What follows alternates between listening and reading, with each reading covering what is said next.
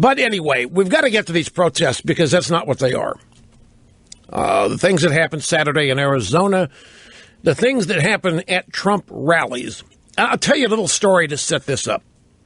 I played golf yesterday. Oh, speaking of which, telling earlier, I hit some of the best golf shots I have ever hit in my life yesterday. I went to sleep thinking about one of them, reliving it over and over. I'm not going to describe it so you can stick to the issues. Crowd will go nuts. But after golf, and it was a large group of people. It was a bunch of friends of mine and their wives. And the guys played a foursome, and the wives played a foursome, and the wives followed. And after it was all over, began talking to people about the campaign, obviously. And I hadn't seen a couple of these people in a while. And they came up to me and said, "Oh, Rush, I just so miss having a chance to ask you. You've got to tell me, what do we make of these Trump protests? Isn't it terrible?" And I said, "They're not Trump protests." "What do you mean?" I said, "Well, do you think that these are Trump people protesting you? Trump is responsible for this?" "Well, yes, isn't that?" "No, it's not. See, this is how this works. Because Trump has an attitude about these protesters, and because he says he's not going to tolerate it, and because he doesn't tolerate it, you have a bunch of people who, because the drive-bys want you to think this. I mean, it's understandable. The drive-bys want you to think that it's Trump responsible for all this. That Trump and his very existence, Trump and his speeches, Trump and his rallies are causing otherwise normal and sane people to lose their minds and start protesting and shutting things down. And folks, this is the point I was trying to make on Friday on this program. We get caught up in this Republican campaign, but I told you on Friday that what's happening in this campaign is tiddlywinks compared to what's going to happen when we get to the general. Doesn't matter who our nominee is. This is tiddlywinks compared to what's going to happen. The left, they got their guy. They got Obama for 2 terms. We are in the midst of the official, long-hoped-for, long-awaited transformation of this country from capitalism to socialism by the left and the Democrat Party. And they're not just going to abide by the results of an election if they lose it. They're not going to sit by and let this happen. And it's not, and they never have. They have always used what is commonly called public protest or dissent or what have you. It's actually what it's become now borders on criminal behavior. Let me give you an analogy to explain what I mean. Let's take protests at abortion clinics. Let's say protests at Planned Parenthood. What are the rules for those? Well, Planned Parenthood's what's a private company, whatever you want to call it, organization. It's private, isn't public. So anybody that wants to protest what goes on in there cannot walk in and start harassing employees and start beating up employees. They have to stay outside the building. In many cases, they're required by law to stay a few feet away. Imagine what you would do. Imagine what Obama would do. Imagine what anybody would do if anti-abortion protesters stormed Planned Parenthood facilities, actually went inside and started beating up people that work there and trashing the place. Do you think anybody would say, it's the time-honored art of American dissent? Isn't it wonderful? Look at what these protesters did. No, it would properly be called criminal behavior. There would be arrests, and the cops or anybody would go in there and kick them out and get rid of them, forcibly remove them, as should be the case. Well, it's the same thing at a Trump rally or any of the other rallies. These are private events.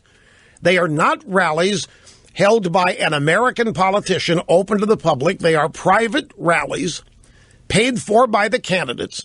They rent the arena. They have to provide security. The Secret Service does not go into the crowd and keep order. The only thing the Secret Service does is react to what they think might be a threat to the person that they are assigned to protect.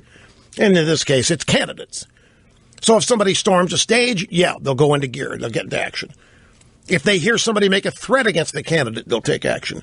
But if there are fisticuffs out in the crowd, Secret Service doesn't touch that. That's up to local security local law enforcement and whatever private security the candidates have purchased to take. And in no instance is a protester allowed to come in there and do what they've been doing without being kicked out and arrested. But that's not how this is portrayed. This is portrayed as normal, everyday American people protesting what they think is the dangerous Donald Trump. These are purposefully planned and executed strategies to disrupt these events. The people doing this in no way will ever become Trump supporters. They are there to shut down these events. They are there to cause these problems, to make it look like it's Trump and his supporters. And I would say this if it were happening to Cruz. I would say this if it were happening to Kasich. I would say this if it were happening to Hillary. Except it doesn't happen to Democrats because our side abides by the law and doesn't seem to see the benefit in doing this kind of thing. But these groups are the same groups they've always been. They're climate change groups, global warming groups. They are Occupy Wall Street, Black Lives Matter. Whatever the protest groups over the course of the years, it's the same people, just with different names, the organizations that have been created that they supposedly are members of or represent. But the people that run the Trump rallies have every right to throw them out of there. They do not have the right to come in and disrupt these things under the guise of peaceful protest. Look at the blockade of the street in Arizona that happened on Saturday, where Trump was supposed to speak.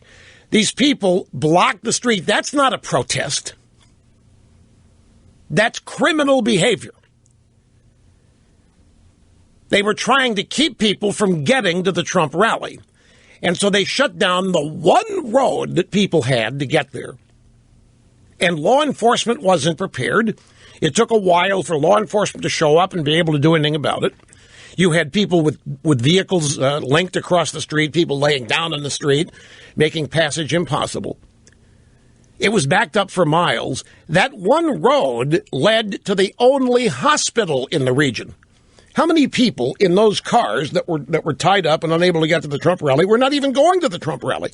How many of them were doing other things, going other places? How many ambulances might have been in that line trying to get in to the hospital?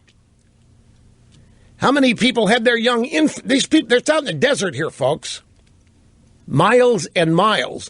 This is not a protest, and it's not Trump people. And if you want to say, well, Trump's causing it, you're wrong. This was my whole point on Friday. The enemy is not Trump. The enemy is not Cruz. The enemy is not Kasich. The enemy is the left, the Democrat Party, the American left. They are the most destructive force in this country today.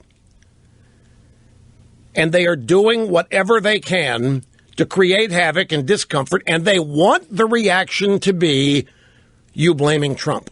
Or you blaming the Republican, whoever the Republican happens to be. They want you blaming Trump for it. If Trump weren't doing what he's doing, this wouldn't be happening. That's what you are supposed to conclude. And then you're to conclude Trump should stop, Trump should get out, Trump's a menace, Trump's this. It isn't Trump doing this.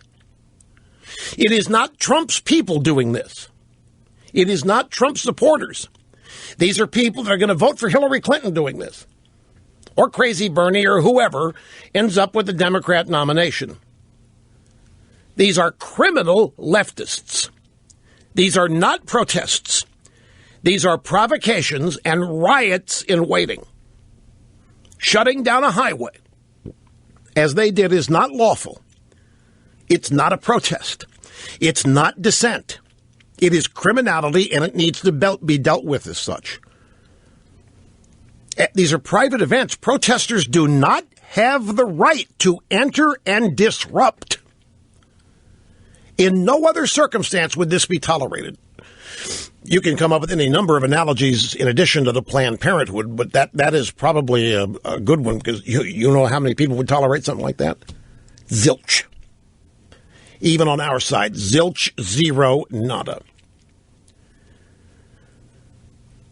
That's why even at the Republican convention, Democrat convention, you don't see this. The protesters are kept away from the arena, away from the venue. They are kept outside. They are not permitted in. They are private events. For that specific reason, the hall has been rented and leased by the candidate. He has total control of the usage, of course, within the bounds of law. But it struck me. I mean, these are good people that I played golf with. They're fine, and they're up to speed. They're up to speed. But it's like everybody else. They react to what they see in the media. We're never going to get around that. Don't care how many Fox Newses there are or talk radio. There's always going to be a drive-by media. We're never going to get around the fact that they are supportive of the Democrat Party and everybody else that supports it. They are tolerant. They encourage all of this. And not only do they encourage it, they follow along and make it look like the victims of these things are actually the perpetrators. So that the people I was talking to after golf, you should have seen their faces when I told them what I just told you. And their eyes lit up. Yeah, okay, that makes sense. They don't hear that anywhere in the media that they consume.